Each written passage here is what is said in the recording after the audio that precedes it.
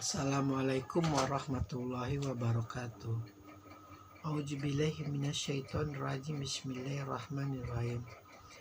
Ara'aital ladzi yanha. Bagaimana pendapatmu tentang orang yang melarang? Surat Al-Alaq dipercaya turun pertama kali di Gua Hiro dari Jibril. Itu dari ayat 1 sampai ke 5. Lalu ayat berikutnya yang tentang begitu kesalnya Allah lagi kepada mereka yang suka lalai dengan hartanya, yang merasa dirinya cukup dengan hartanya. Dan kemudian bagaimana pendapatmu tentang orang yang melarang? Orang yang melarang apa? Itu orang yang melarang ketika Rasulullah dan Khadijah sholat. Sholat di mana? Sholat di Ka'bah.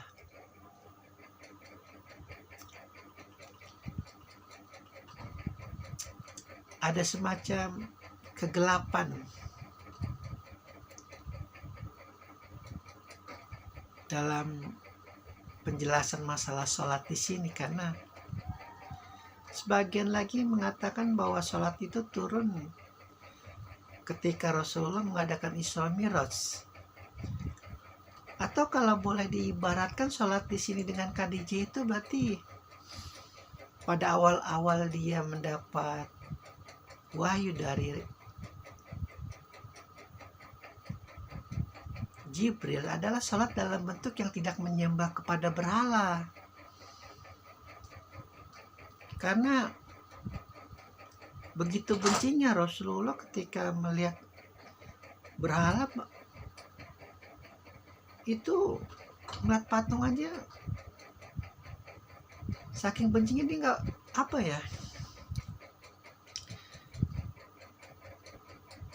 untuk menatapnya aja, untuk sekedar mengerling melihat wajah patung-patung berhala yang di Ka'bah aja dia tidak sudi.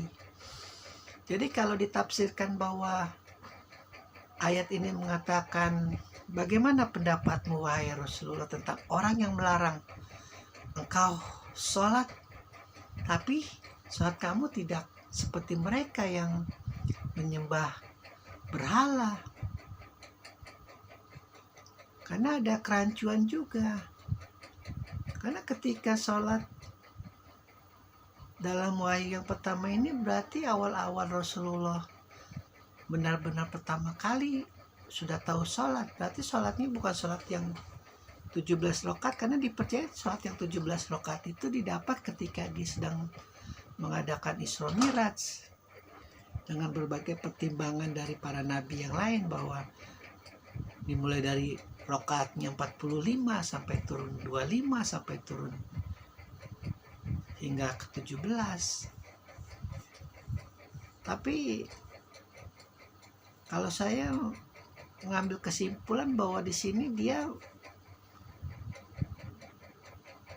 dilarang sholat itu maksudnya yang sholatnya tidak seperti sholat-sholat yang sembayangnya lah ya. Sembayang itu tidak seperti kaum kafir Quraisy yang lain.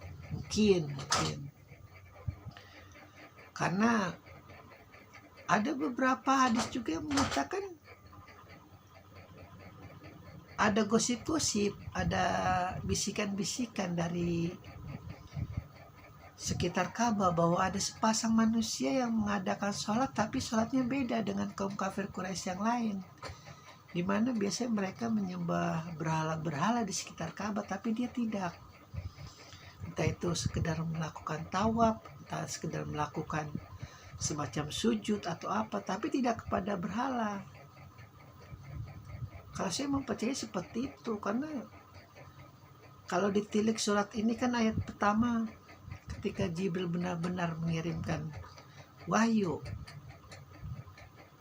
Pun kalau dilihat dari segi kepastian kelanjutannya, kalau memang yang pertama adalah surat 1 sampai 5, lalu kemudian surat berikutnya adalah mengenai tentang usaha Rasulullah menyembah Allah di Ka'bah dengan cara yang lain dengan mereka, dan mungkin ditafsirkan oleh sebagian ahli kitab itu adalah sholat, karena sholat itu berlaku khusus. Kalau sholat itu khusus hanya untuk orang Islam. Kalau sembahyang kan berarti lebih universal lagi, berarti orang kafir Quraisy juga melakukan sembahyang karena dia menyembah Tuhannya versi mereka, yaitu Tuhan-Tuhan mereka yang berhala. Tapi kalau ditafsirkan ini ketika Allah mengadakan dialog, wahai Rasulullah, bagaimana pendapatmu tentang orang yang melarang kau sholat di tempat nenek moyangmu itu, Ibrahim?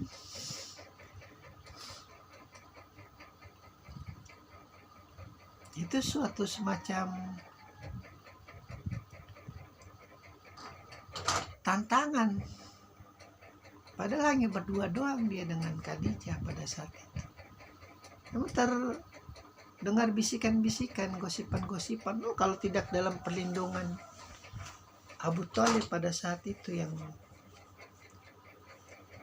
memiliki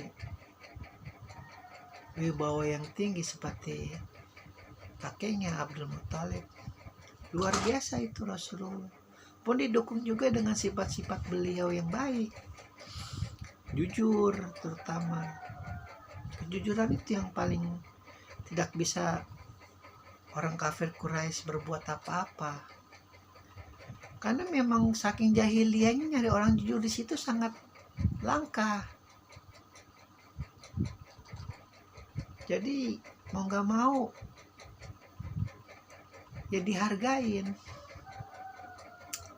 Dan ada semacam, kalau mereka mengadakan perjalanan kemana gitu kan lumayan jauh kan, kadang-kadang sampai sebulan, 2 bulan, 3 bulan, dan cenderung menitipkan hartanya itu kepada Rasulullah, karena tidak pernah sedikit pun hartanya itu berkurang atau apapun. Dan biasa Rasulullah mendapat imbalan berupa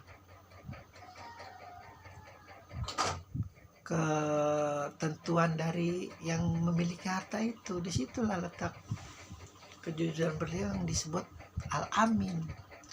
Bahkan ketika dia berdagang selalu dikatakan bahwa yang ini kualitasnya buruk, tapi kalau Anda mau mungkin harganya lebih murah daripada yang ini, soalnya kualitasnya masih bagus. Jujur.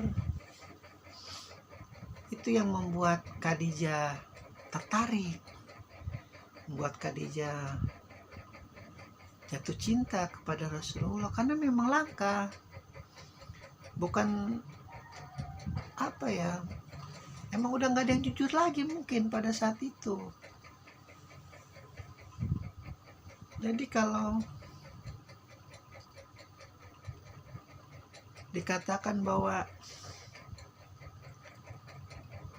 orang Islam itu tidak jujur, menjadi trademark, menjadi ciri khas orang Islam itu tidak jujur, makanya bingung itu nabinya siapa mereka itu. Masih berlaku korupsi, masih berlaku menghalalkan segala cara, masih senantiasa berdusta, berbohong. Pun saya juga demikian sama. Nabi saya siapa ini sebenarnya? Itu semua akibat dari sifat was-was kita, ketidakkepercayaan kita kepada yang paling hak, yang mampu memenuhi segala kebutuhan kita dari ujung rambut sampai ujung kaki. Ketakutan kita akan kemiskinan, kelaparan, masa depan yang suram, dengan segala tetek bengek sistem pendidikan,